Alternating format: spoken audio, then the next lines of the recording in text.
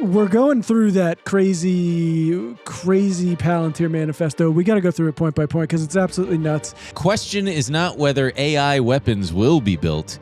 It is who will build them and for what purpose. Is that straw manning or is that steel manning the other countries? I read this as like either you're going to get eaten by a Chinese robot dog or you're going to let us build the cool robots that eat Chinese people. Too many have forgotten or perhaps take for granted that nearly a century of some version of peace, I mean, sure, has prevailed in the world without a great power military conflict. At least, hold on.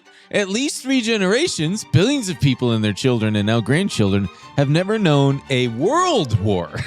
1926 to now? Basically this, dude. Yeah. I'm pointing the gun at everybody. I'm pointing it at my balls and my head. I'm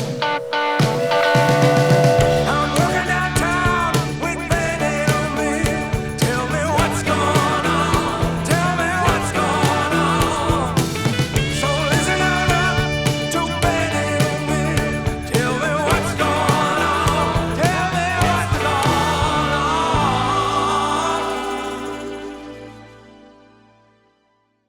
Yeah. Yeah. Anybody out there like Rob Zombie? Yeah. Yeah. All right. Welcome back. Now I've got that. Part of the song stuck in your head? No, I've got a different one. Remember, maybe they were both on the Twisted Metal soundtrack. This is what it's like when worlds collide. Oh, yeah. Well, we can't sing anymore. That was a different. I was doing a parody version of that song. It's a parody. Hey, everybody, welcome back. Stay tuned for the comment of the week. It's coming at the end of the episode. And also, benandemilshow.com. Sign up and get the phone number for the Q&A because we'll be doing that again. Next week, I think? Or the week after? I do think next week.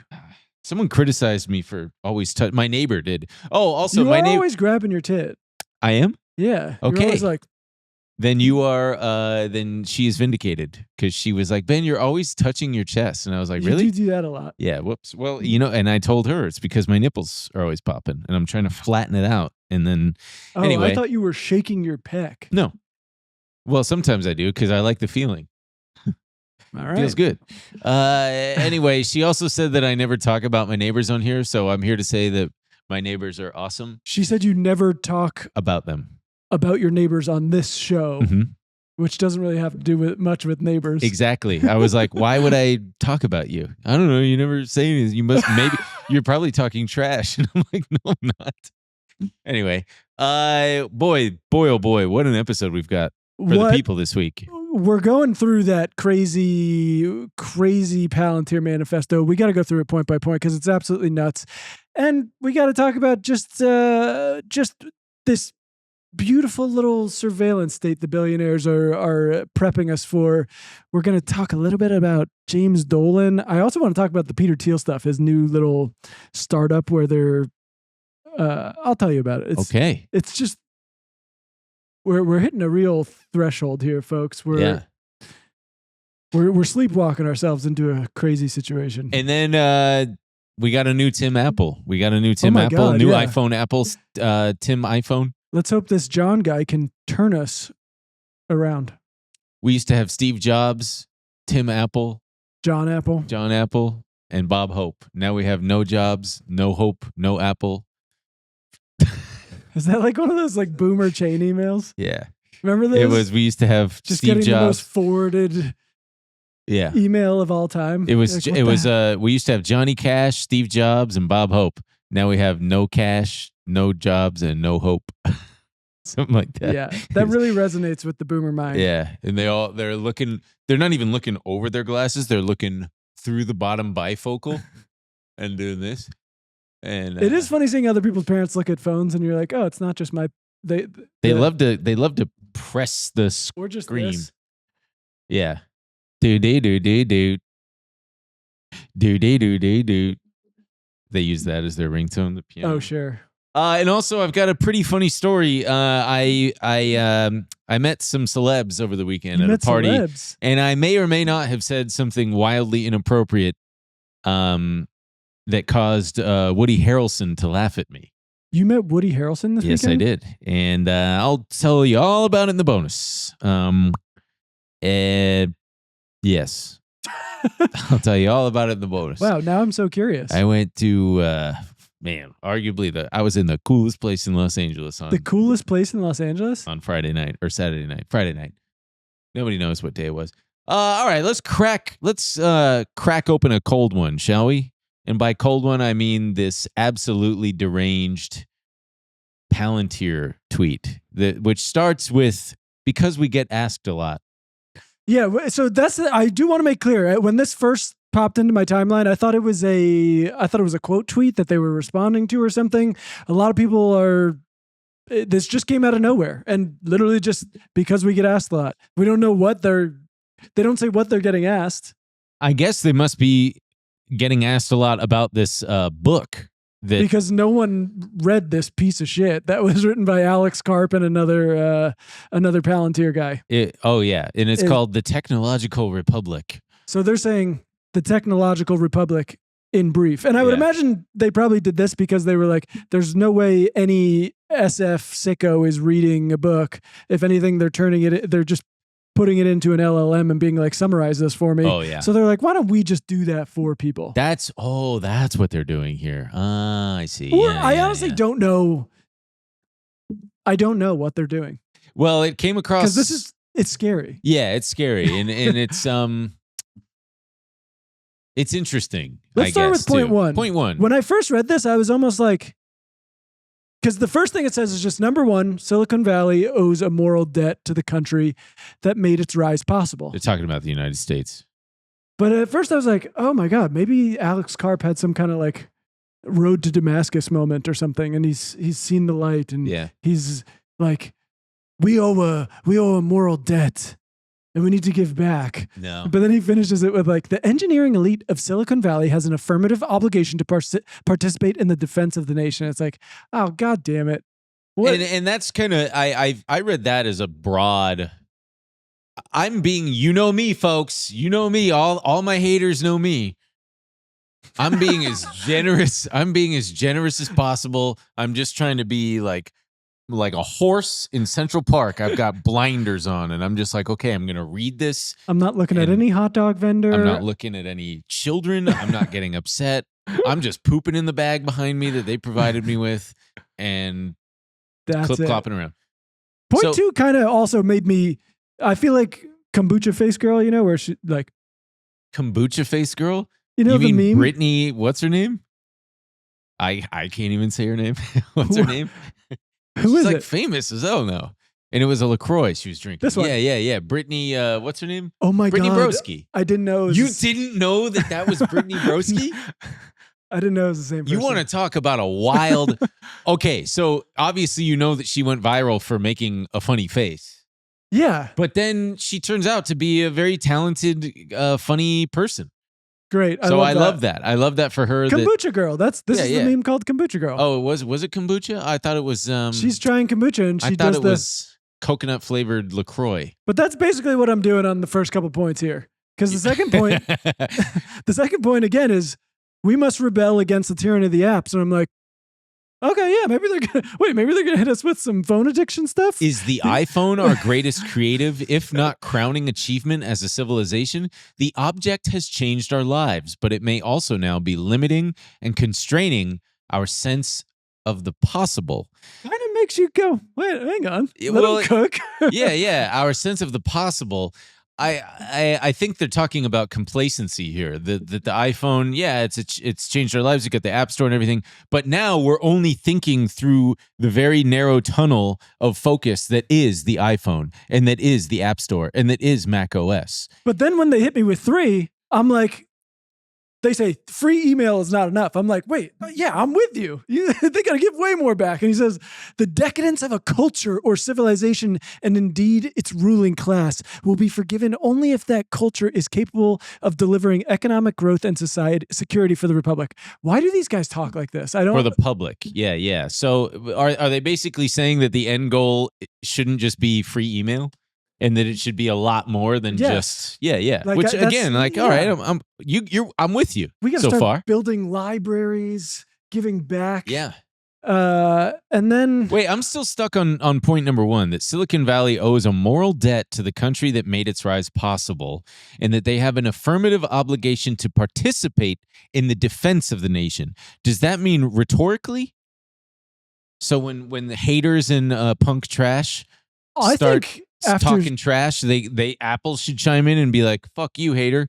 I do think after reading the whole thing, at first, point one, you're like, what does that even mean? I think it's all encompassing after reading the whole thing. I think it's like, we need to change the culture. There's too many pink haired libs and whatever decrying the violent history of the nation. But then I think outside of culture, they want to fully embed themselves in the security state. And we'll get into all that. Yeah, number 4. The limits of soft power, of soaring rhetoric alone, have been exposed. The ability of free and democratic societies to prevail requires something more than moral appeal. It requires hard power, and hard power in this century will be built on software. This is where I go back to my original kombucha face of Sorry, I like, fell asleep for a second. where my face starts to pucker, because it's just like, yeah, they're prepping you for So how wait, they want this whole hellish security state, and they want to be embedded in it. so they're saying that soft power and rhetoric alone are too soft, and that's been exposed, and we need to be more badass. We need to be harder. Pretty much, yeah. And that was going to be built on software. It really reminds me of the like Pete Hegseth view too, where it's like, and we're appealing to something way more than just moral appeal. It brings to mind the no more rules of engagement. That's for gay morons. We're doing full blown war crimes, and we're not going to be apologetic about it. Our flag has bacon on it. Isn't that epic? Number 5, the question is not whether AI weapons will be built. It is who will build them and for what purpose. Our adversaries will not pause to indulge in theatrical debates about the merits of developing technologies with critical military and national security applications. They will proceed. Oh, okay. So we're kind of, is that straw manning, or is that steel manning the other countries? I read this as like, hey, look, either you're going to get eaten by a Chinese robot dog, or you're going to let us build the cool robots Chinese robot that dog. eat Chinese people. So just Chinese dogs. or Chinese dogs. So just get out of our way. You know what I mean? Stop being such a sissy, or you're going to find yourself at the end, getting chased by some kind of Chinese robot dog. It's definitely an accelerationist view that it feels very 2023 coded, because that's this was kind of the thing that they were talking about a few years ago. They're effectively stomping all over, pissing all over, if you'll entertain me here, the pause AI people, and being like, no, we don't have time to stop and indulge in theatrical debates about the merits of developing technologies. We just got to do it, bitch. Our adversaries certainly aren't going to. Our Chinese adversaries are over there doing it. So we might as well hurry. Okay. But yeah, I do think that's a direct shot at anyone being like, hey, should we maybe think of like the ethical problems around this? And Shut like, up, lib. Yeah. Shut up. You think and any libs China's... out, shut up. I swear to God. And he's dual wielding. Exactly. Yeah. You think China? Yeah, go ahead. You think China's going to have any of these discussions? No. I keep thinking, whenever I see Alex Karp talk, I think of... boy, sorry, gang. This is a throwback and a very specific reference. Chris Farley on SNL doing Tom Arnold. I vaguely remember this. He's just constantly like jumping out of his seat, and he's being like really animated. Okay. And sure, Alex. Yeah, Karp Chris is Farley. that. Yeah, there's. He's just constantly bopping around. I will say NBC Universal probably has a vicious copyright game. So. Well, without the sound, Yeah. you see him. Yeah, that's Alex Karp for sure. I remember cracking up as a kid watching this. That is very him. Clearly Poked out. zooted out of his mind. All right, number 6. This is a big one, and it's open to interpretation, I think. National service should be a universal duty. We should, as a society, seriously consider moving away from an all-volunteer force and only fight the next war if everyone shares in the risk and the cost. This is equal parts. This is like total kombucha face. Like, oh yeah, okay. National service. I'm up for service of some kind. My first thought though is you first, motherfucker. Like I'm not serving shit. Well, I've aged out. I'm Alex Karp. I'm too old. Oh, well, and I think he would argue that he has some kind of exemption because he's too important. He's needed in the trenches in Silicon Valley. Yeah. He also needs to get, if he doesn't get 6 hours of cross country skiing in a day, he freaks the fuck out. He gets real sad. And he'll turn a gun on his platoon immediately.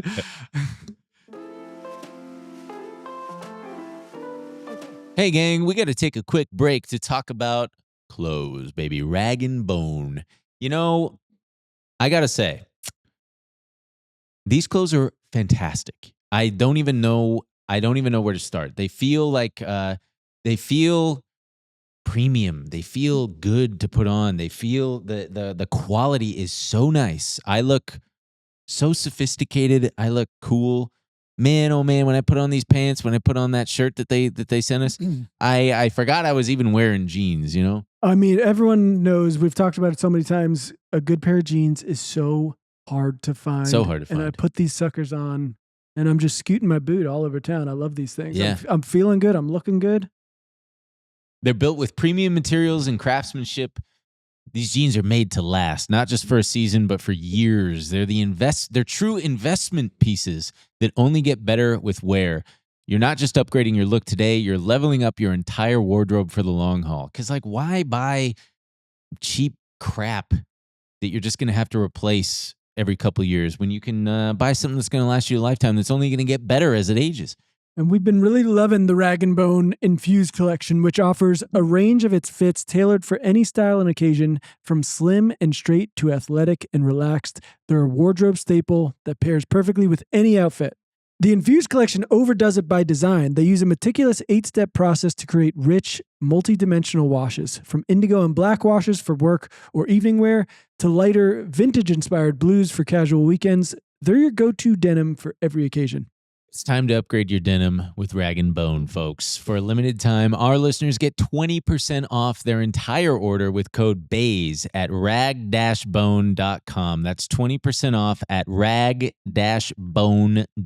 with promo code BAES. When they ask where you heard about them, please support our show and let them know we sent you. We should, as a society, seriously consider moving away from an all-volunteer force. I like this final sentence. We should only fight the next war if everyone shares in the risk and the cost. That's hard for me to argue against. Yeah. Like, I don't want to send, obviously there's this situation we have where poor people end up in the military and go off and get sent to die in right now what is probably the dumbest war we've ever seen. Yes. Yeah, I think we'd think about it differently if it wasn't just, if these types of people weren't exempted from the consequences of these horrific foreign policy boondoggles. I like the idea of a national service, and I don't mean armed forces service, but like some kind of expanded Peace Corps. Yeah, something like that. Everybody's junior year or something. They got to do a year of, I don't know, man. Working in the forest service. Sure. Been cleaning Go up clear brush on trash. Yeah. I don't know, man. I would have been glad to do that in high school, get a little life experience. These guys, of course, would be like, you should do a mandatory entrepreneurial class and all of these kids should do startups. It's like, that is shut up. It would all become like startup-y crap. Vibe coding abroad. Oh, God. All right, number 7. It's so jarring reading each one because it's like, okay, now we're talking about Marines. If a U.S. Marine asks for a better rifle, oh, I get it. We should build it. And the same goes for software. If a U.S. Marine asks for better software, we should build it. We should, as a country, be capable of continuing a debate about the appropriateness of military action abroad while maintaining unflinching in our commitment to those we have asked to step into harm's way. So I do think this one is kind of the crux of the thing, or at least when we're saying like, why are they doing this? I have to imagine this is a big part of it. Cause I think here they're saying like, you guys need to expand your mind when you think about defense in this country. Because what does this country do so well? Waste trillions of dollars on missiles and jets and big ass guns and tanks and all kinds of shit. But why aren't you guys giving us that money? That's what we want. Okay. You need to think about us as rifles. You give the Marine that cool new rifle he wants. Now give that Marine the most sophisticated spyware that we might use to spy on you. But hey, you don't want freaking Johnny Goodyear going off to Iran and getting his shit blown up because he didn't have the latest Palantir. Yeah, Palantir tech. I do like that he says we should be capable of simultaneously debating whether or not we should go to war, but also like still maintain a bleeding edge military, I guess. Yeah, but that for me, especially for the people that those poor kids that are sent to war, like we should give them every advantage possible so that they come home alive. While also, still like. But let's stop sending our kids to the most exactly. moronic, stupid wars. Which is the first part of that. But also, I mean, they make more money when we go to war. Right. This guy has a direct financial incentive for forever wars. I don't know if it was him directly or other Palantir execs. It might have been him directly being like, this is good for us. When this shit happens, it's good for us. And if the fighting stops, so does the money printer for old Palantir. And we spend so much money on defense. We should be spending money on the roof and the floor. I like that. Thank you. That's really good. Thank you. And I've never heard it put that way. Thank you. I should have said it better. Defense. Defense. These next ones confuse the hell out of me, honestly. Say it. Well, so I kind of get it. Number 8, public servants need not be our priests. Any business that compensated its employees in the way that the federal government compensates public servants would struggle to survive. Are they saying that public servants should be paid way more? I think way less. Any business that compensated them in this way would struggle to survive. More. Yeah. And with the first part, they shouldn't be our priests. I think he's trying to say like we need to break out of the confines of letting government constrain us. Mm-hmm. They're like they've proven themselves incapable. We can't, because obviously there's this movement like you talked about pause AI and but then there's I think more progressive candidates coming on the scene being like we need to seriously think about the way AI impacts ordinary people, whatever. And I think they're going, fuck those people. We cannot kill him. Yeah, basically. We cannot listen to them and we can't let them constrain us. It's the Brad Pitt meme. Shoot that guy. I love that fucking thing. But then the next part is what confuses me. Because, okay, so he goes from saying we can't have public servants be our priests. I also read it as like they shouldn't be fucking rock stars. Like that feels almost like a dig at Trumpism too. No, but he's not naming names. Right. But then the next one kind of made me think of Trump. Because they say, number 9, we should show far more grace towards those who have subjected themselves to public life. And I'm like, didn't you just say we shouldn't raise these people up as priests or whatever? And he says the eradication of any space for forgiveness, a jettisoning of any tolerance for the complexities and contradictions of the human psyche may leave us with a cast of characters at the helm we will grow to regret.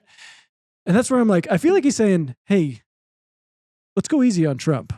It's like he's just a mere man. It's like he's saying, these people have subjected themselves to public life, and we should be we should be grateful to them and remember that they are human and that they are not infallible, and we should stop treating them as such. I also think it's cruel, but it's like, brother, we're talking about like the career politicians here, the Nancy Pelosi's, the Donald Trumps, the I think he's thinking of his friends, Donald Trump, Elon Musk, David Sachs. I think he's being like, look, those guys went to bat for you. Yeah. And it might have been a little messy, but how dare you hold them in contempt? They're complex people. we should be tolerant of the complexities and contradictions of the human psyche. Well, hey, maybe if you're not spamming your every thought into the world every day Right. and then acting like a big defensive baby and not ever admitting that you've ever been wrong, I'm happy to concede this point if they've ever shown any apologetic tone toward anything ever, but it's never that. It's always libs and fucking the mainstream media and all this horse shit. They're right, we're wrong. Cry me a fucking river. This next one is big one too. Cry me. Number 10, the psychologization. How do you say that? Psychologization. Psychologization. Thank you. The psychologization of modern politics is leading us astray. Those who look to the political arena to nourish their soul and sense of self, who rely too heavily on their internal life, finding expression in people they may never meet, will be left disappointed. Yeah, you're describing MAGA, dude. This one makes me feel like he's trying to lay the groundwork of, with those previous 2 points and this one, of like, let's start letting algorithms make these decisions. That's just I'm trying to make sense of this, fascistic 22-point plan he's laying out here. I don't know. And it's funny because some of these points we can directly point to the proliferation of technology and software and algorithms as being the primary causes of these things that exploit the darkest parts of humanity and the human psyche that's gotten us to this point. Do you know what I mean? How do you mean in this sense? Well, everything that he's describing, the psychologization of modern politics and the way that we treat the people in public life, these are all symptoms of social media. Oh yeah, and parasocial algorithmic relationships. Shortening everybody's attention spans, their capacity for empathy, their anger is everybody's got such a short fuse. It's like, brother, this is what technology has given us. This is it's a really toxic symbiosis between technology and human hollowing out every news organization and just leaving everything a shell in pursuit of better margins and ever higher revenues and cash flows. All right, so what's number 11? Hit us. Our society has grown too eager to hasten and is often gleeful at the demise of its enemies. The vanquishing of an opponent is a moment to pause, not rejoice. I like that one. All right, sure. I would like it if it wasn't coming from him. I think he's directly talking about like, hey, people are too mean to guys like us. People are too mean to the tech firms. People are too mean to the like VC guys. People are too mean to all our friends. And yeah, I think he's speaking directly to the general disposition online that there's a lot of cheering on when these guys fuck up. Yes. Yeah. And I think, fine. Okay. Yes. I think whatever. We all learned that in grade school, like, be nice to people. Mm-hmm. But you're talking about, it's just these guys take action and they have consequences. And then when there's backlash to them, they're like, how dare anyone be mean to us? Oh, and they're the first ones to rejoice instead of pause when they've got a vanquishing of an opponent. And not only that, I mean, this guy's talking about this as like, hey, we need to be nice.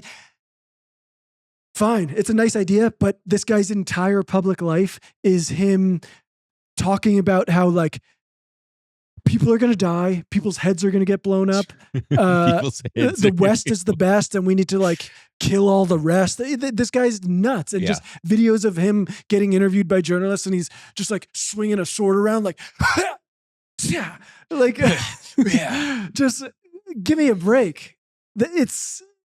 It's constant with these guys. It's, rules for thee, none for me. Man. Everything about it. I gotta say, I am often eager to hasten, and I am often gleeful at the demise of my enemies. Sure. There goes one of my enemies. Man, I am feeling gleeful at the demise. Yeah, when my enemy is face down in the gutter. So I think that's the overall thing of like, hey, stop being so mean to us. We are trying to bring beautiful techno-feudalism to you and just accept it, you fucking plebe. Number 12, the atomic age is ending. One age of deterrence, the atomic age, is ending, and a new era of deterrence built on AI is set to begin. Okay, I agree. Sure, I agree with that. I would say that I wouldn't say that the atomic age as one of deterrence is necessarily ending. I would say that it's just maybe taking a back seat. And I would say, and it's maybe even combining with the AI age of deterrence.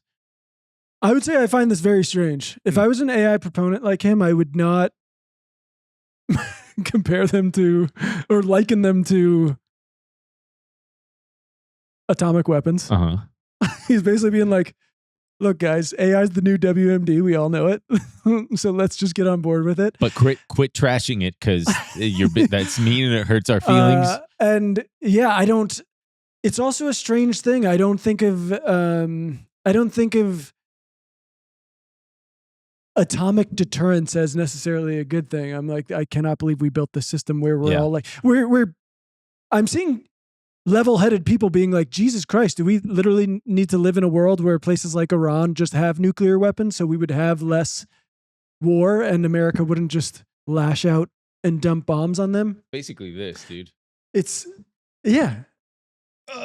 Fuck, I'm pointing the gun at everybody. Pointing it at my balls. And so that's where I'm like, this whole thing is so straight. Yeah. These guys are so out of touch with normal people that they're like, this is how you talk to people. They're going to respond to this. I think they're going to like this. Hey guys, we got to take a quick break to thank another sponsor of the show, Hims. We're talking to you guys, all right? Yeah, fellas. You can take that baseball cap off, okay? Yeah. You no longer have to hide that bald spot safe space because Hims has got you. And look, we know the importance of a full head of hair. Oh yeah, man. We love running our damn hands through these things. I love running my fingers through my hair. You know, there's a lot of noise out there about hair loss, 10-in-1 shampoos, random advice, expensive clinic visits, and Hims cuts through all of that with real, trusted treatments and a 100% online process. They offer convenient access to a range of prescription hair loss treatments with ingredients that work, including chews, oral medication, serums, and sprays. Doctor-trusted ingredients like finasteride and minoxidil can stop further hair loss and regrow hair in as little as 3 to 6 months. You shouldn't have to go out of your way to feel like yourself. Hims brings expert care straight to you with 100% online access to personalized treatment plans that put your goals first. Find the right hair regrowth treatment for you with flexible subscription options, access to 24/7 provider support, and once-a-day treatment options that fit your daily routine. For simple online access to personalized and affordable care for hair loss, ED, weight loss, and more, visit hims.com/bays. That's hims.com/bays for your free online visit. hims.com/bays. Featured products include compounded drug products, which the FDA does not approve or verify for safety, effectiveness, or quality. Prescription required. See website for full details, restrictions, and important safety information. Individual results may vary based on studies of topical and oral minoxidil and finasteride. Number 13, no other country in the history of the world has advanced progressive values more than this one. The United States is far from perfect. Okay, but it is easy to forget how much more opportunity exists in this country for those who are not hereditary elites than in any other nation on the planet. Sure. Okay. This is what I was talking about at the beginning, where there's obviously been this trend to reckon with America's past a little bit and our standing in the world. And these guys don't want to have any of that. It's so ridiculous because those who don't know the past are doomed to repeat it. Yeah. Those who don't study history are doomed to repeat it. Guys. But they want to repeat it. They want to keep doing this. He's like, how long until Silicon Valley, like, you know how they just keep reinventing things that already exist? Buses and stuff. It's an Uber, but multiple people can get on it at designated stops. It's like, it's indentured service. It's people work, and in exchange, you just give them like a place to live and food. Oh, dude, I'll never forget when I was at, I got invited to a dinner thing where by a friend who works in tech, who's very normal, but like it was a bunch of people who work in tech, and a guy was literally talking about like the state of the world and going on about why can't we just, I don't understand why people like us, if we wanted to, weren't allowed to just like pool our money and we all pay a little bit And then we can like have the resource, like we can have these resources available to ourselves, like schools, whatever. And I'm like, my guy, you're just describing taxes. That's what we're supposed to do. Yeah. But the entire We're government, like a gated community. yeah. I'm like, Yeah. I can't believe you're just like. What if we pulled our money together and relocated to a golf course and put fences around it and security guards at the front? Jesus. All right. Beautiful brains on these guys. 14. American power has made possible an extraordinarily long peace. This one broke my brain. Yeah. He goes I on mean, to he's say, getting technical. Like, technically, we haven't had a big world war. Wait, I got to read the rest. I know. That's what I'm saying. It gets so crazy because, all right, just go ahead. Too many have forgotten or perhaps take for granted, someone over here, that nearly a century of some version of peace. How has long is a century? 100 years. Interesting. Yeah, I remember. What's 100 years ago? 100 years ago would be World War I? Or No, just the before year. it? Just the year. 1926? Interesting. Yeah. It's just so interesting that that was a century of relative peace. Yeah. There's just like A lot of stuff happened. nothing coming to mind that would go against. I mean, I guess World War II. Well, he says some version of peace, dude. What Come is on. some version of peace? We're over here, we're fine. Over here, we're good. We're okay. Except if you're black and in the South or, any kind of minority for a big bulk of that time, or a human woman. Some Nearly a version century of peace. I mean, has sure. prevailed in the world without a great power military conflict. At least, hang on, hold on. At least 3 generations, billions of people and their children and now grandchildren have never known a world war. 1926 to now? Yeah, but most people have never known a world war. What are you talking about? I think you Literally should check World your War II is facts. in there. Yeah. Korean War. You need to pop us in and shut up. Vietnam. Yeah. Yeah, well, that wasn't a world war, genius. Every war in the Middle East. Me and my buddies should pool our money together and toppling governments all across the global south. Yeah, but again, relative peace, some version of peace.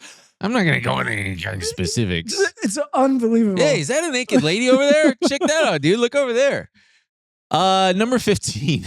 Unbelievable. The post-war neutering of Germany and Japan must be undone. Wait, I thought that there was no war. What post-war? This one is bizarre. Post-war indicates that there was a war preceding it, but he just said that for a century there have been very little wars. Number 15 is maybe the one that is the craziest. The defanging of Germany was an overcorrection for which Europe is now paying a heavy price. What price? What price are they paying? A similar, and are you talking about Russia? A similar and highly theatrical commitment to Japanese pacifism will, if maintained, also threaten to shift the balance of power in Asia. Well, okay, let them run buck wild. What are we even Just doing no here? camps. Germany can't build camps or railroads because we just do everything else, but stay away from that part. This one is psychotic. It's like Germany seems to be doing fine. They're the biggest superpower economy in the EU. They seem to make all the decisions for the continent. Also, how are you arguing that denazification was a bad thing? And we went a little too far. Well, he's saying If it was anything, we an didn't go- overcorrection. It was an overcorrection. Okay, Let him keep some of it. to call denazification an overcorrection Yeah, well, I mean, again, they got to keep some of it. is so crazy. Yeah. And then also to You don't want to go cold turkey on denazification because then they'll have withdrawal symptoms. also to throw, fascist Japan in there, and also the way he's talking about threatening to shift the balance of power in Asia. I feel like he's like, we need another Japanese fascist state and we need to unleash them on China. Yeah, we got to bring back the rape of Nanking. Not that much, but which happened in the century of peace that America ushered in. Yeah. I'm surprised he didn't say a similar theatrical commitment to Japanese pacifism gave us, underwear vending machines scattered throughout Tokyo. Yeah. Are you not happy about that? Yeah. If you need underwear, I don't understand what the problem is. If you've got stained drawers, go over there and get some new ones. This man breaking my brain. Number 16, we should applaud those who attempt to build where the market has failed to act. The culture almost snickers at Musk's interest in grand narrative, as if billionaires ought to simply stay in their lane of enriching themselves. Any curiosity or genuine interest in the value of what he has created is essentially dismissed, or perhaps lurks from beneath a thinly veiled scorn. This is just restating that shit he was saying about, like, you guys are too mean to us. Okay, we're doing our best. And I know. It's like he's essentially saying that anybody who is bold enough to dream big should be celebrated instead of made fun of. Sure, I can get behind that. But when they do it with such incredulity, I don't know what you're when gonna they say do next. it by like constantly talking down to others, by mocking others, by manipulating the market in incredulousness. I think that was the word I was looking for. When they do it by manipulating and lying, a complete disregard for ordinary people. yeah, or and society at completely large. talking down to and insulting those who dare to challenge the possibilities of some of the, not even the possibilities, but just, hey, you've made all of these promises on which your entire fortune is essentially built, and it's kind of sketchy that many of these things aren't coming to fruition. Some of them are, but it doesn't mean, I'm butchering this, but you're not immune from any kind of criticism. Yeah, it's the people hate us for no reason. It's exhausting, and it's all just because they hate us and they're losers and they want to see us fail. And they don't seem to understand that it's not that people are dismissing, he should just, and it's also another straw man kind of thing. Billionaires ought to simply stay in their lane of enriching themselves. Dude, Elon Musk is the richest man in the world. What are you fucking talking about? And he was able to do this in this system that you guys mock, this system that you guys think has completely failed you. You guys have all been able to completely capture the whole thing, become extremely wealthy beyond everyone's imaginations, but you're like, somehow we are the victims here and we're being treated unfairly. Without the short sellers that Elon Musk and now Alex Karp love to talk trash about, they wouldn't be, the stock prices wouldn't be where they are. Oh yeah. Many of the moves higher in Tesla were because of short sellers getting squeezed. Same with Palantir.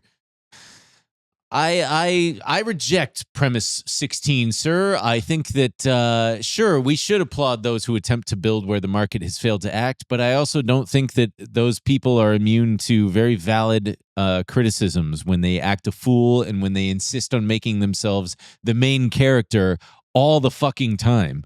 And in Musk's case, manipulating algorithms that determine policy, domestic and foreign, setting up this fucking awful system where posting gets rewarded monetarily.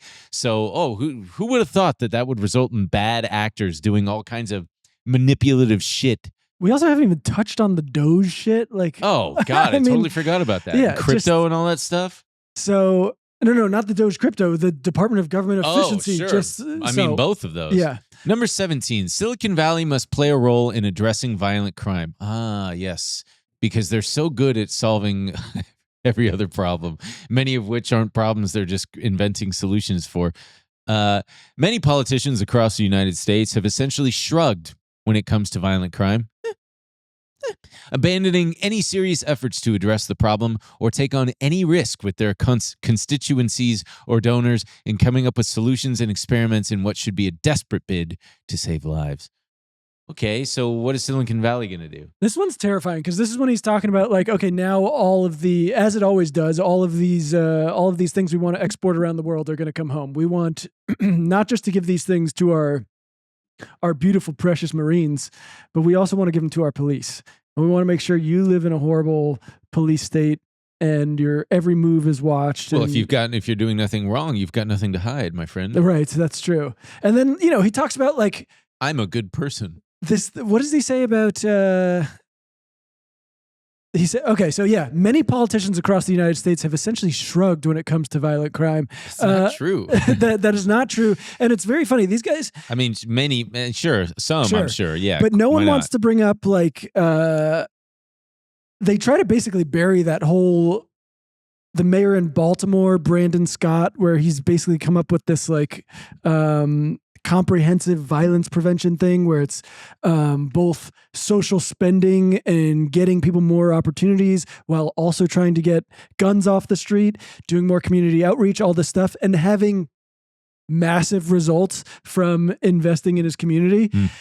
And I feel like people like this are the ones who shrug it off. They're like, no, we need to make sure we're locking up every individual. We need to build bigger jails. We need to lock up all these people to make sure they can never harm anyone. Also, I'm sure this guy absolutely hates Zoran Mamdani, and they just keep, it's like every month they're like, new record low for crime in New York City. And these guys don't want to talk about that. They just want the Larry Ellison AI police state that he's been pushing for. I mean, we've watched that video on here multiple times, and it's terrifying. Number 18. The ruthless exposure of the private lives of public figures drives far too much talent away from government service. The public arena and the shallow and petty assaults against those who dare to do something other than enrich themselves has become so unforgiving that the Republic is left with a significant roster of ineffectual, empty vessels whose ambition one would forgive if there were any genuine belief structure lurking within.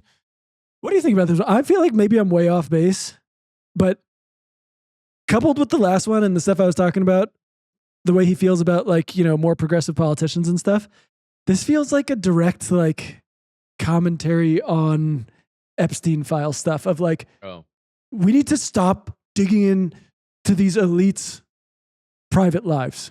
Yeah. Okay? Their lives are hard enough. And if they fuck children, that's their personal business. And I think when he's like, saying this stuff about like, you can't even enter the public arena because people will be like, hey, didn't you fuck kids?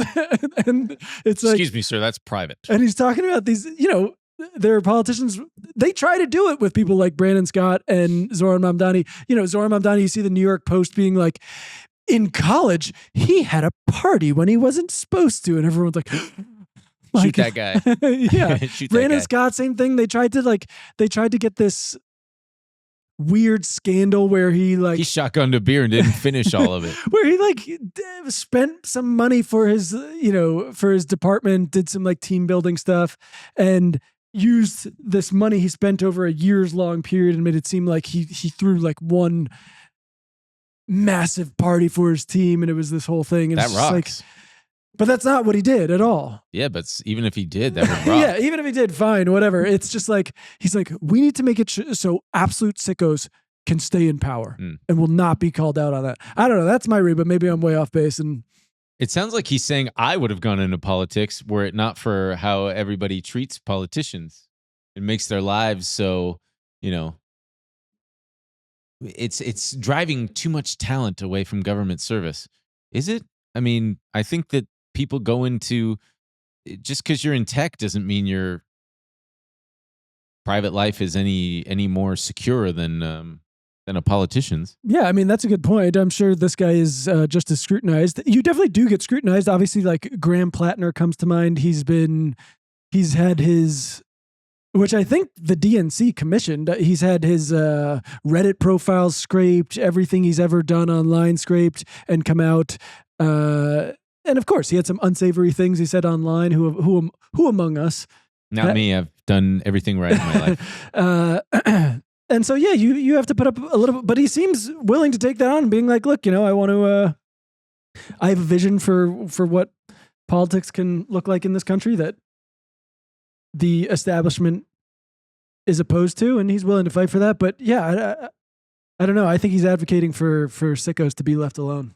Number 19, the caution in public life that we unwittingly encourage is corrosive. Those who say nothing wrong often say nothing much at all. Ooh, okay. Feels like a direct commentary on what everyone was being like. That guy's a coked out freak when he was on that one show. Yeah. Oh, I guess I'm just not going to say anything at all. Okay, I guess I'll just shut my mouth if you guys don't like it when I come out and jump around and wave a sword around. Number 20, almost done here. The pervasive intolerance of religious belief in certain circles must be resisted. The elite's intolerance of religious belief is perhaps one of the most telling signs that its political project constitutes a less open intellectual movement than many within it would claim.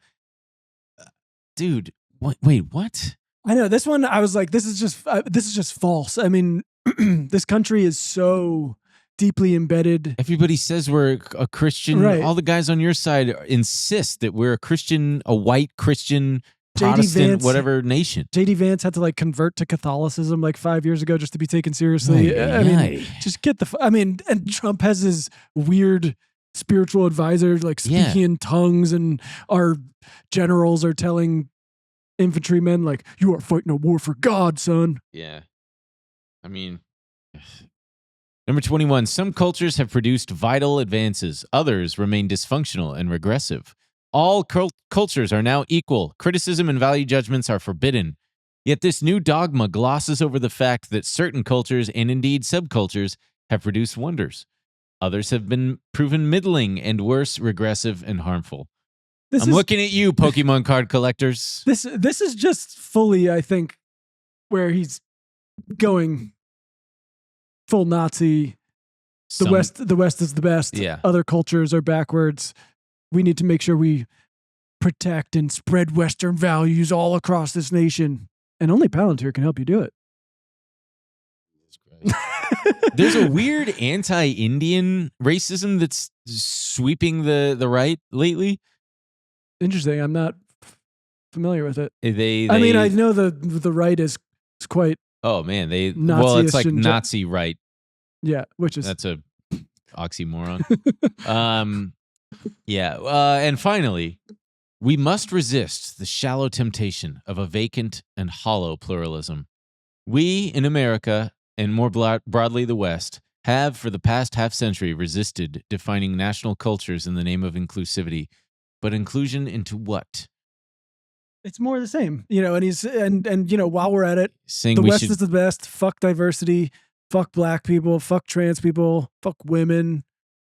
Fuck gay guys. He's just like, well, what is he saying? We've resisted defining national cultures in the name of inclusivity. They're saying that we got to go back to having some kind of cohesive monoculture. I think that's exactly what he's saying. I think he's like, we used to not pretend about this, and we were like, we are a white Protestant, or at the very least Christian nation. And over time, we have veered too far off into inclusivity and plurality and making sure other cultures take part in this American project. And no more. And we don't have to apologize for it anymore. You know what? Alex Karp and Palantir, tell you what. You come up with a new national anthem that absolutely bops. You don't think the current one bops? I think it absolutely slaps, whips, bops, whatever you want to say. But it you is think they an could come up awesome with another song. one? Come up with a new one. That's how you'll sway some people. Come up with a new one. Kid Rock is probably available. He's probably at home right now, looking at pictures of Black Hawk helicopters or something. This is cool, man. Did you see them do that flyover? Yeah, of course I did. He's fucking goddamn. When did Kid Rock become like the face of right-wing culture? I actually have no idea. He kind of like took the mantle from what's it called? Ted Nugent or something. Oh yeah, Ted Nugent. Yeah, look at those skinny legs, man. What a tacky man. Yeah. Salute to you, dude. Salute to you. Yeah. Man, oh man. But this stuff is not happening in a vacuum. I wanted to go through it all because like these guys, I mean, obviously, the entire project of this show, I feel like since its inception, has been kind of shining a spotlight on these guys. And it's obviously gotten so crazy over the last 5 years. They've gone from kind of working in the shadows a little bit to. He clearly doesn't feel any type of way posting that. He doesn't feel like he should be hiding the fact that he thinks maybe we went too far with denazification. He's proud of it, you know? And this is the atmosphere we're living in. And that James Dillon article, which we're getting to next, is he's like, the daddy of Madison Square Garden. That's what they're calling him. He basically owns Madison Square Garden Entertainment, which owns all these venues like Madison Square Garden, Radio City Music Hall, the Sphere in Vegas. They're building more spheres everywhere, and probably more venues as well. But we need more tetrahedrons out there, man. Enough with the sphere.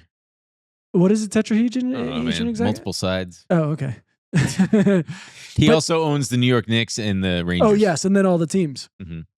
And he's a like weird nepo baby freak. His dad was this media titan who. Did you know I didn't know this. He was in some weird. James or his dad? James.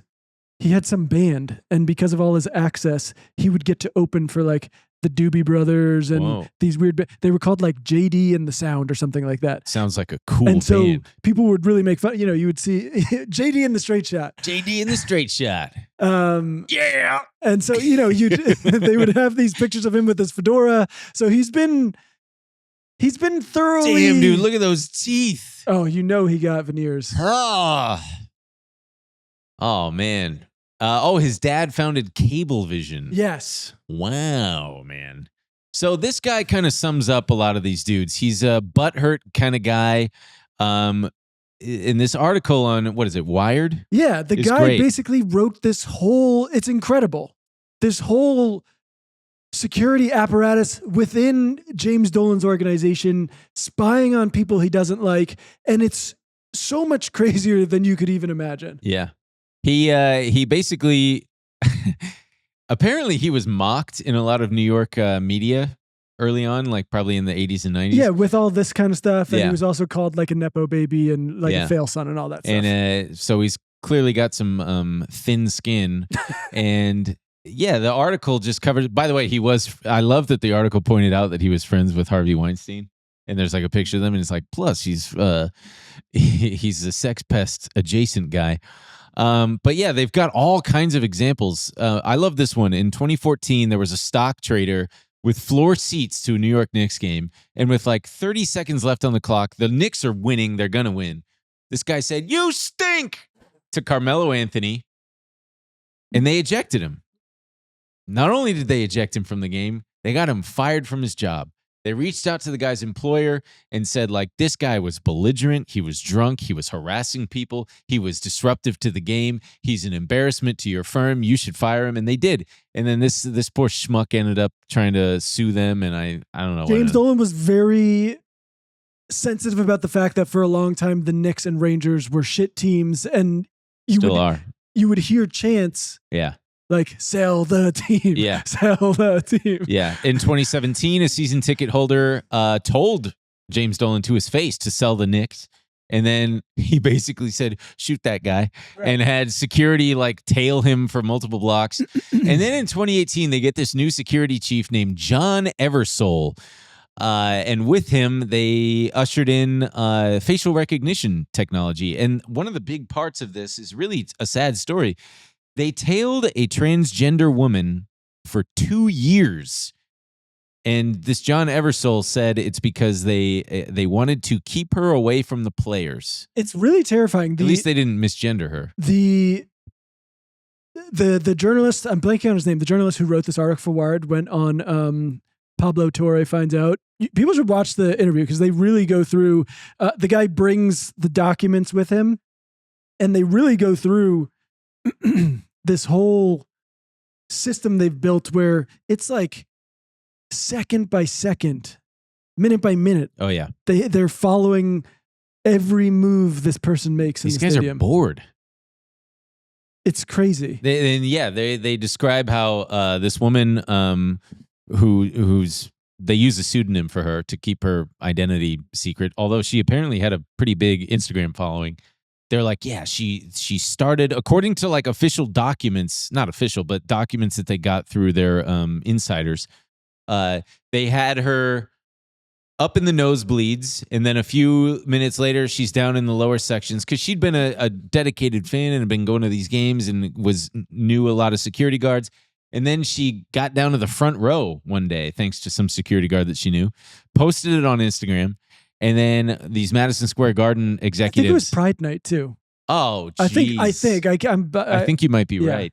And then all the executives were furious because they said it tarnished their image, and she was banned after that because this John Eversole, head of security, fabricated a stalking allegation.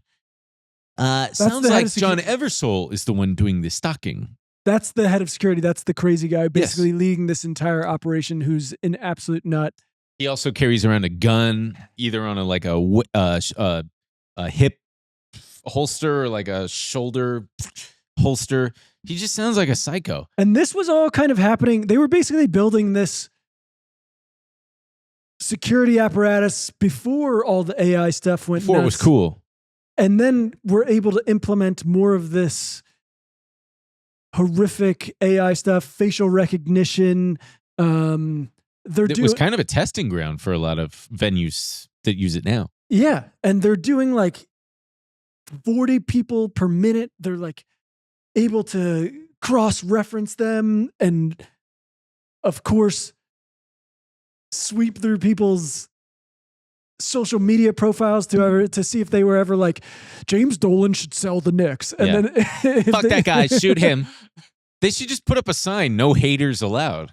Because that's what their whole thing is. They just don't want haters coming into Madison Square Garden. Right. They have the most like thin-skinned billionaire who's like, I can protect my feelings at all times with this horrific AI security system. They got a guy who... It's so funny. I believe he sold six shirts that said like, fuck James Dolan or something like that. Or like, sell the Knicks. Banned. I love how he's they've got over 1,200 lawyers are in their facial system, and they are banned because they represent various opposing sides of various lawsuits. Yeah, that is so funny. They had one woman who wasn't even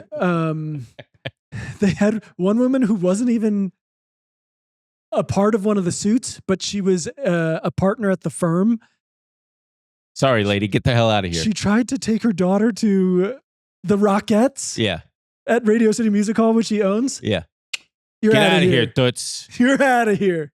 We heard you're not so nice to James Dolan. Yeah. Who's that? You should have Googled that before you came here, you stupid asshole. During a hockey game in 2021, there was a leaked a Signal group chat that had since been leaked, had this Eversole guy trying to ask security to find people who shouted things.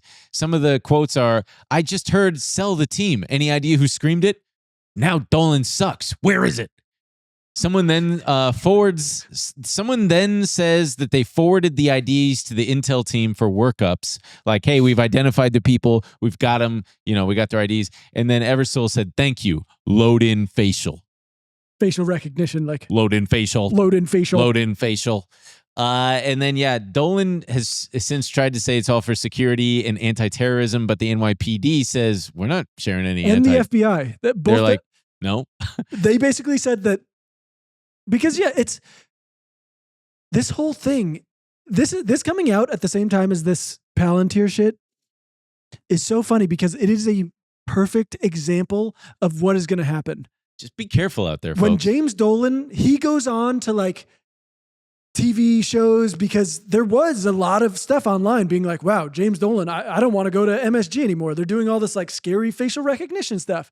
And he tries to go on there and he's like, no, it's a good thing. What we're doing is we're stopping the terrorists. We're taking NYPD and FBI terror watch lists and feeding it into our bullshit system. And we're making sure that our facial recognition thing it immediately goes like, oh no, that's a terrorist. Can you define terrorist, sir? Sure. It's anybody who says things like James Dolan sucks or the Knicks stink this year. Just generally haters of any kind. How would you define what a terrorist is? But then the NYPD and the FBI come out and say, we have not collaborated with this guy in the why would we fucking do that? But that's what he's built and I think that's what you're going to see is this weird nebulous security state being sold to you as like, we are the only ones who can keep you safe. We can make sure a terrorist attack never happens. But meanwhile, it's just Alex Carp being like, if one more motherfucker makes fun of my sword, I swear to God, they'll never see a concert again. Yeah. And they just want to make sure they can insulate themselves from these people who fucking hate their guts. That's one of the companies that was kind of a testing ground for them. I think it's called eConnect. They are. Was that the guy who like built the Vegas facial recognition stuff? I think so. But the new Intuit Dome, where the LA Clippers, home of the LA Clippers. Yeah. I haven't been yet, but apparently it is all about, and it's under the guise of like frictionless, moving faster, getting paid, paying always, with your yes. face. Paying with your face and all that stuff. And also they're talking about the World Cup next year. This year? Having dude, 2 months or something. implementing all this stuff. So if you're a hater, you better start deleting posts and being careful because haters are not welcome at these. And the same goes for our show. You know, if you're a hater out there, we're tracking your IP address. We're pulling your IP. And we're going to make sure that you get banned effectively because haters aren't welcome. Haters, I feel like such a chump because they're either going to sell it as protecting you or the efficiency thing, which you're right, of like, oh, it's going to be faster to pay. It's going to be whatever. And I got to say, pretty much like every time Delta releases a new, like, hey, just like give us all your data and you can get through security quicker. I'm like, fine. At first it was like touchless and now it's like Face ID, da-da-da. Yeah. And I have to say, I do fucking whiz through security, but I probably shouldn't do it.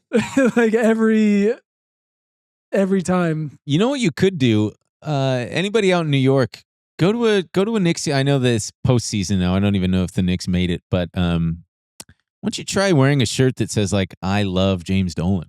Maybe you'll get some primo maybe treatment. You'll get a little bit of a. I love James Dolan. Wow, James Dolan is doing. Let's go, Dolan. We love Dolan. Never sell the Knicks. I love James Dolan. Just wearing like a shirt with his head everywhere, just hearts. You know who's fucked? Dude, he'll give you $1 billion. You know the Side Talk New York? Yeah. The like they do those man on the street things where Yeah, it's like, yo, fuck. I feel like they're always like, fuck James Dolan, sell the Knicks. Yeah. Those guys are. I'm gonna go up there and be like, I love the guy. I think what he's doing is great. I heard he doesn't like dogs, and you know what? He's got a good point. I don't either. They I stink. hate dogs. I think they ought to put them all on an island. Get them out of here.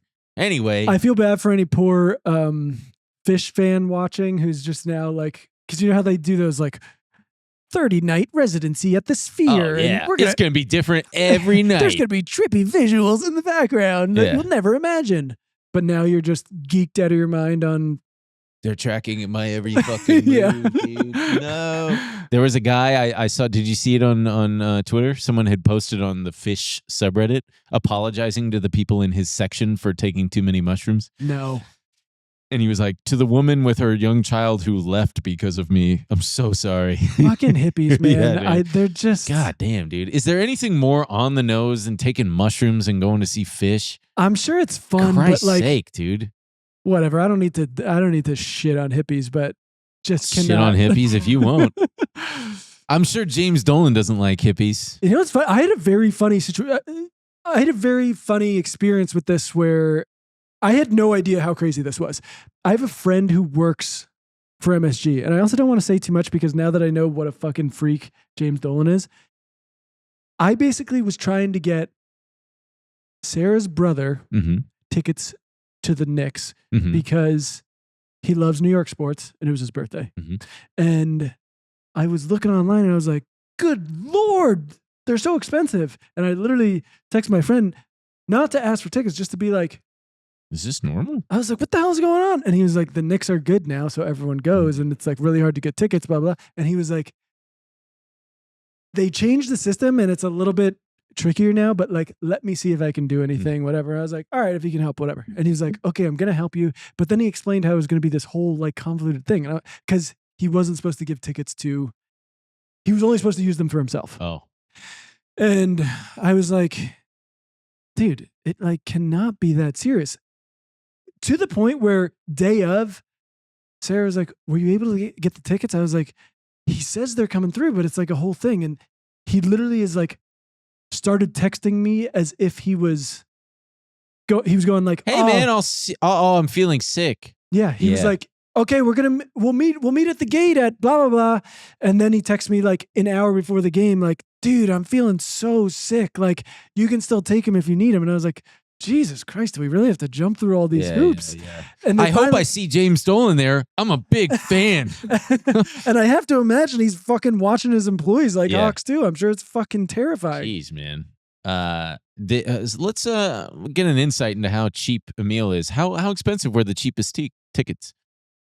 Well, if you're going to get someone a gift, you want to get them nice seats. Oh, yeah. So I don't know exactly what they were when I was looking, but for anywhere in the inner bowl, it was like, and I was getting them for 4. It was me, Sarah, her brother, her sister. Mm-hmm. So I was like, Jesus Christ, like it's going to to be. I'm not trying to spend $100.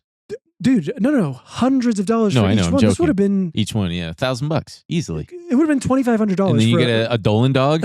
It would have been $2,500 for the 4 of us. Dude, I think Dolan should just lean into it. And but the seats he got us were fucking incredible. We were like, you know what he should do? He should have a hater night. Where, you know what? For one night, haters are welcome. We're turning the security system off. Yeah. Every hater that I've got is welcome to come, and you can get your willies out. And, but every ticket is $1,000 or something like that. All right. Well, wait, before we wrap, just one last thing. This is what I was talking about. So this is another, it feels like all this stuff is happening at the same time. Basically, Peter Thiel, famously an investor in Palantir, famously absolute sicko, one of the best to ever do it. Perhaps the most evil and wealthiest and most influential gay men. Go on. That's probably true. Mm-hmm.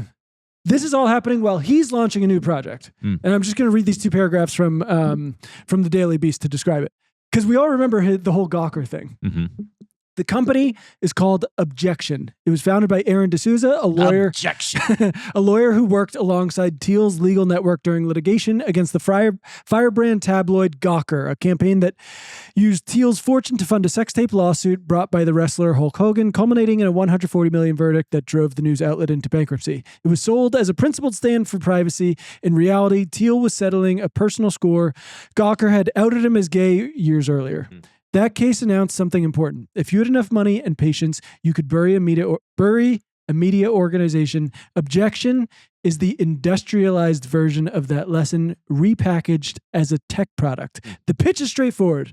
For $2,000, anyone, the subject of a story, a competitor, a political opponent, a total stranger, can file a challenge against the published article. A team of Objection's freelance investigators, which the company claims includes former FBI, NSA, and CIA personnel, then assembles an evidence file. While the reporter is invited to respond and submit their own documentation, the material is then handed to what Objection calls an AI tribunal, a jury of frontier language models from OpenAI, Anthropic, XAI, Mistral, and Google, supervised by a proprietary system branded a judicial purpose transformer. This body, if you can call it that, then issues a verdict on each factual claim in the story. Wow. And so basically they want this whole... It's a whole, basically, attack on any criticism. Okay, you want to write an article about us? Well, we created this whole phony algorithmic... Show us the allegation. Here, we've got it right here. I'd like to submit that Wired article that says that I eat dog food. It's not true. I've tasted it, but that doesn't mean that I eat fish food. I don't eat dog food. Factually incorrect. And I would like to sue them, please. The worst part is that I want to sue them, please. They basically create this public score called an honor index, and they attach these ratings to journalists. So now they're building their own database of like trustworthy journalists, and anyone who does any critical reporting on them is then labeled a non-trustworthy news source. source. Yeah. So it's just a very terrifying. You hear that, Tim at Wired? Your trustworthy score is about to drop. Oh, James Dolan is filing this thing through objection. Everybody. James Dolan does not suck. Real-time protection. While the investigation is underway, Fire Blanket tracks how your disputed allegation is spreading on X. It lets you alert other users in real time, dramatically reducing reputational damage and preventing potential false narratives from gaining traction. Dear everyone, Ben Kahn does not eat dog food. Despite what the folks at despite what the libs at Wired.com want you to believe. That's what's so terrifying. It's all these Create your first objection. soft ass billionaires who are just creating this new system where they are completely insulated from this entire thing. This is interesting for when that Wired article about my eating dog food drops. It's good to know for you because you definitely don't eat dog food. No, I And definitely any don't. allegation to the contrary clearly is going to be.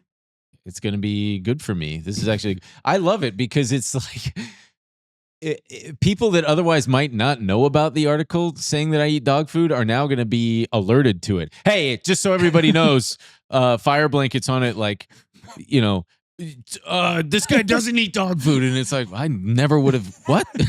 You with a shirt on that says, I don't eat dog food? I don't eat dog food. It's like, yeah, that's why I have the shirt on. I don't eat dog food. okay, but you seem really, really interested in convincing people that you don't eat dog food. Maybe there is some truth to this. Yeah. Whoa. What? Are these some open cases? Holy Amazon workers were forced to work around a dead colleague and Oh my told, God. don't look.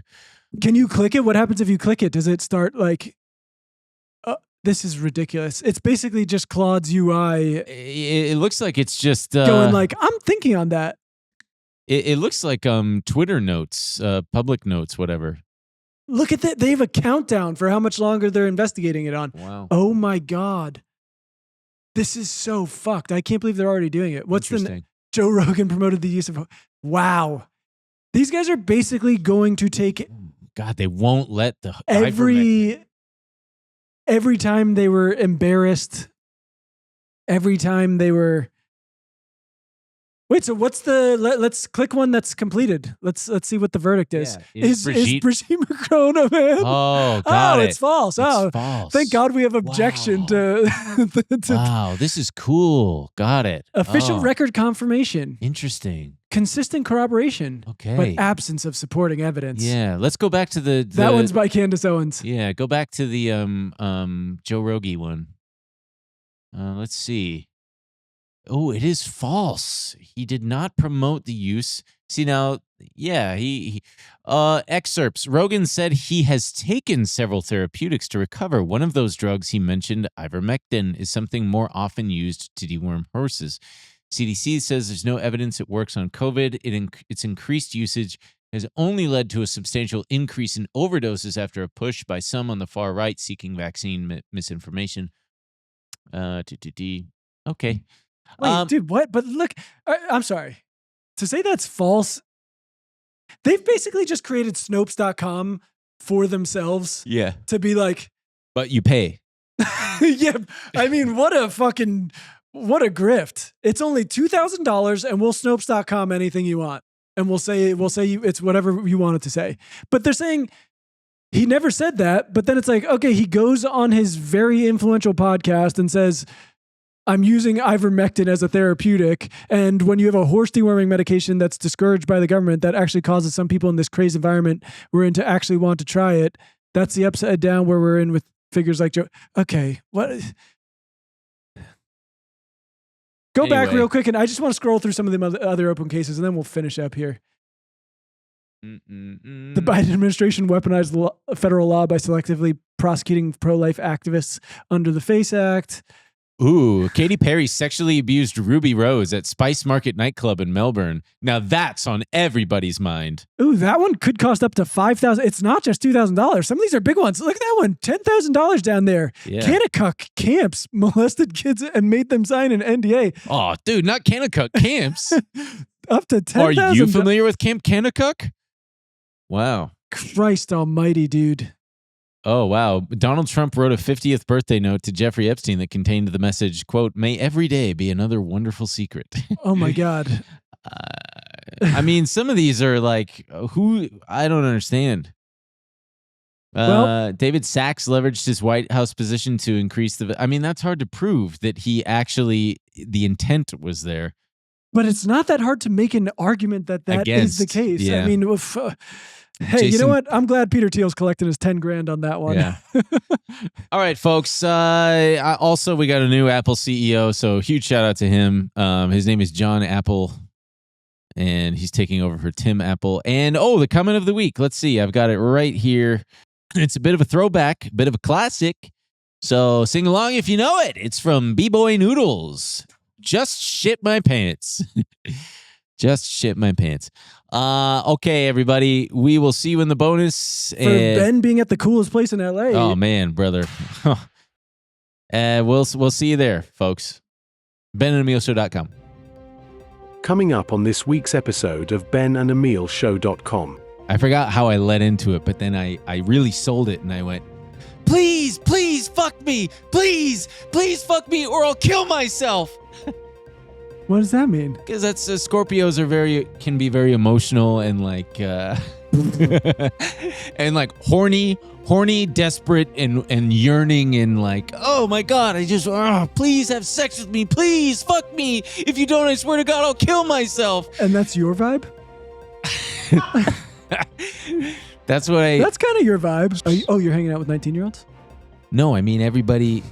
I would assume that 19-year-olds are putting water in the cups. Why? Why would you even bother? Just crack those suckers up and put them in the fucking cups. Because it's disgusting. I know, but that's what it's all about. It's disgusting. No, it's not. It's not practical. The whole fun thing, all of it's disgusting. Binge drinking is disgusting, but you're young and dumb and you're having a little fun. Yeah. Going out, hands like, it's good to see you. Good to see you again. But I don't do the again. I just go, it's good to see you. That was Benjamin Broccoli from the Broccoli family. That could be anything. Not to be confused with Bernie Broccolini. It's good to meet you. No, it's good to see you. Yeah. Nice to meet you. You just say, hey, how's it going? Just say, how's it going, man? But then they can see it on my face. Multiple people went, you don't remember me, do you? It's Connie Crouton? It's me from blah, blah. Oh, yep. Yeah. Okay, clearly I'm Vinny Vinaigrette. They're not like fucking... No, they're all food people to me. They're just... Oh my God. Look who's here. It's Ronnie Restaurant. Oh my God, Ronnie's here. He's the main guy. He walks in. He's wearing a tablecloth.